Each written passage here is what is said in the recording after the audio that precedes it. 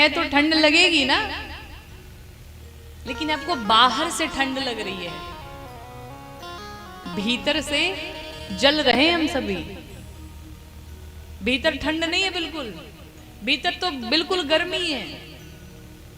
और गर्मी क्या है? तो गोस्वामी जी लिखते हैं कि मन कारी विषया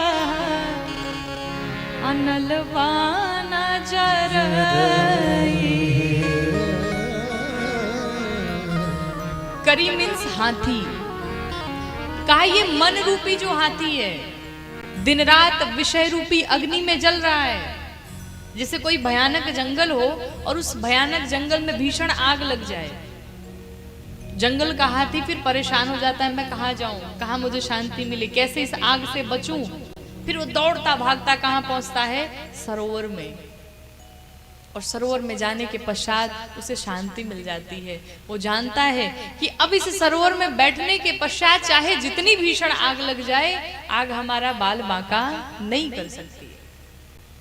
उसी प्रकार से ये जो हमारा मन रूपी हाथी है, ये दिन रात विषय रूपी अग्नि में जल रहा है, भाग रहा है।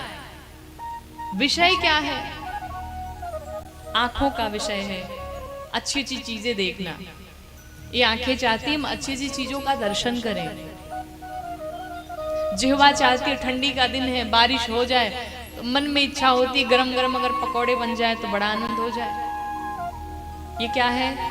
ये जिह्वा का विषय है, इन हाथों का विषय है। ये अच्छी अच्छी चीजों को स्पर्श करना चाहते हैं। कानों का विषय है भगवान की कथा सुनना नहीं, फिर का दूसरों की बुराई सुनना। ईमानदारी से बताइएगा, कथा में बैठे हैं आप, जितना आनंद दूसरों की बुराई सुनने में आता उतना कथा में आता है क्या? कथा में अगर 3 घंटे बैठने को कह दिए जाए तो पांव आगे पीछे दाएं बाएं उसी में उठना बैठना, पानी पीना, समोसे खाना सब हो जाता है। लेकिन वहीं अगर बगल में किसी की बुराई चल रही हो, महाराज कोई दिक्कत नहीं हुई तो होती, लोग 5-5 घंटे बैठे ही रह जाते। फिर आगे क्या हुआ जरा बताओ। लोग सुनने के लिए इतने व्याकुल रहते हैं, और संयोग से किसी को अगर सुनाई न भी पड़े तो लोग कान भी टेढ़े करके सुनते हैं। थोड़ा सा अमृत कानों में पड़ जाए बड़ा आनंद हो जाए। तो ये क्या है? ये कानों का विषय है।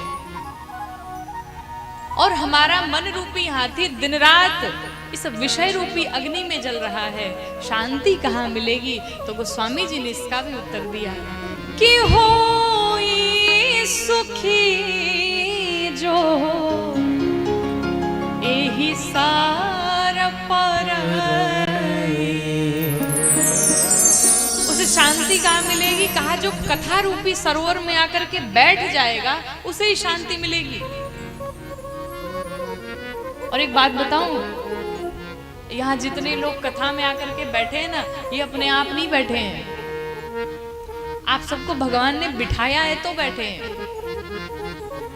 वरना कितने लोग आकर के वापस चले गए। कितने लोग पांडाल के बाहर खड़े हैं पर भीतर नहीं आ सकते।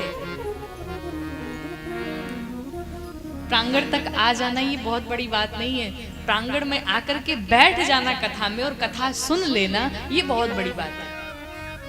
और ये ऐसे संभव नहीं है जिस पर रघुनाथ जी की, जिस पर श्री ठाकुर जी की विशेष कृपा हो जाएगी वही ये कार्य कर सकता है, उसे ही ये नसीब हो सकता है, उसे ये सौभाग्य प्राप्त हो सकता है। तो आप यहाँ कथा में बैठे हैं, अपने आप को सौभाग्यशाली समझिए। आज समझिए कि रघुनाथ जी की विशेष कृपा हो गई आपके ऊपर कि आप यहाँ आकर के बैठे हुए। जाकर के भगवान को धन्यवाद अवश्य करिएगा, रघुनाथ जी आपकी बड़ी विशेष कृपा हुई, आज हमने आपकी कथा श्रवण की। और उसका जो फल होता है मैं सब आपके श्री चरणों में निवेदित करता हूं। तो ये भगवान की बड़ी विशेष कृपा है। हमारा मन रूपी हाथी दिन रात विषय रूपी अग्नि में जल रहा है, इसे शांति कहाँ मिलेगी? कहा इसे शांति से कथा रूपी सरोवर में मिलेगी। हम शांति ढूंढते हैं डल्लभ के गद्दे पे, लेकिन डल्लभ के गद्दे पे सोने के बाद भी लोगों को नींद की दवाइयां खानी पड़ती है। और किसी किसी को जमीन पर ही खूब आनंद से वो सो जाते हैं, नींद आ जाती है। आजकल तो लोग नींद से ही परेशान है, नींद ही नहीं आती। जीवन में सब कुछ भरा पड़ा है, फिर भी नींद नहीं आती है। अगर आप दिन भर कार्य करने के पश्चात रात में अगर सो जाते हैं अच्छे से, तो समझिए कि भगवान की बड़ी विशेष कृपा है, थोड़ी कृपा नहीं है। और ये भगवान की कथा जीव को आनंद नहीं, परमानंद देती है, जिसका नाम ही है सच्चिदानंद, सतचित आनंद, सच्चिदानंद रूपाय। जो स्वयं सच्चिदानंद है, जो आनंद देने वाला है, जो परमानंद देने वाला है, आज उन्हीं भगवान की, उन्हीं श्री ठाकुर जी की कथा यहाँ प्रारंभ